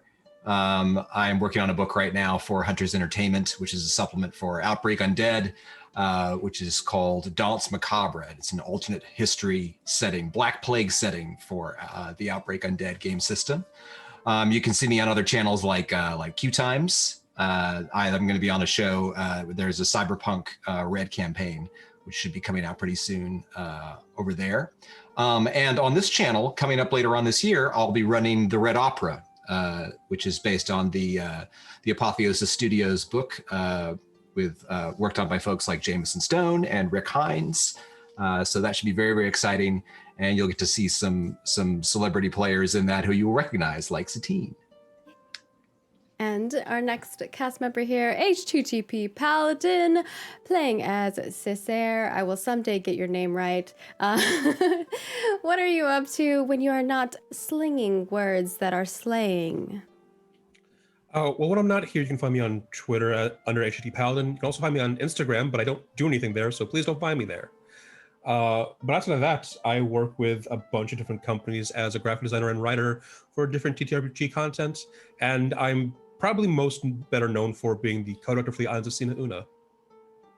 I work too much, I feel, and I'm trying to cut back on that, but who needs sleep? Well, thanks for joining us, adding more work to your plate. I hope you had fun. And of course, we have Madame Gandalf playing as Ava. When you are not being an ethereal magic being, what are you up to? I'm being a reprobate in my tavern. So hi, my name is Madam Gandalf, and you can find me 6 days a week here on Twitch, doing my own thing on my own channel. This has actually been my first time doing D&D out of hiatus for about a year. Last year was hard for many people. We had multiple reasons for TTRPGs to become a difficult space for a little while. Just emotionally, more than anything. And I'm finally coming out and coming back into TTRPG. So thank you so much for bringing me back. This has been a wonderful experience. But you can find me doing a bunch of fantasy games, whether it's RPGs or indies or AAAs or old school classics, of course, or retro games. You can also find me doing cooking, singing, a little bit of everything at my D&D tavern. As long as it takes you away from where you currently are, then you belong here with my misfits. So yeah, come and have a drink on me. It would be good to have you. Awesome. And last but not least, we have London Carlisle as a Sada. What are you up to when you are not drum beating everything? Yeah. Just everything. Well, yes, I'm London, actor, TTRPG streamer, optimist. When I'm not here, you can find me at London Carlisle on pretty much all social media. I'm the game master of a Call of Cthulhu stream called Spot Hidden that I'm very happy about. Me and my friends play that weekly on Tuesdays. Other than that, I play lots of places. I'm on Jared Logan's Stream of Blood. I play with Becca Scott in the Good Time Society a lot. We're doing a campaign now with the Initiative Order. We're playing the Alien RPG. So if you're into the, some spooky times, some horror, some creeping, crawlies and such, I'm your dude. All right, follow me. Awesome. Definitely give all of these lovely people a follow. And of course, if you'd like to find me, you can find me at Margaret Krohn in all of the places. I do a lot of things on the internet. I'm pretty much almost doing some kind of stream every day. Mondays, I play video games over on my channel. Tuesdays, I play D&D over on the Bubbernauts channel. Wednesdays, I'm here. Thursdays, I'm over on Roll For It, as well as Saturdays and Sundays if you're interested in more tabletop RPG action. So I've got you covered. And of course, I make video games for a living. I currently am working on a game called Ashes of Creation. So if you want to check that out, you can see it at Ashes of Creation in all of the places. And I think that will wrap it up for us for our first episode. We will see you next week. And don't forget, tomorrow, the Sirens Battle of the Bards Kickstarter goes live. So we'll see you all. Toodles.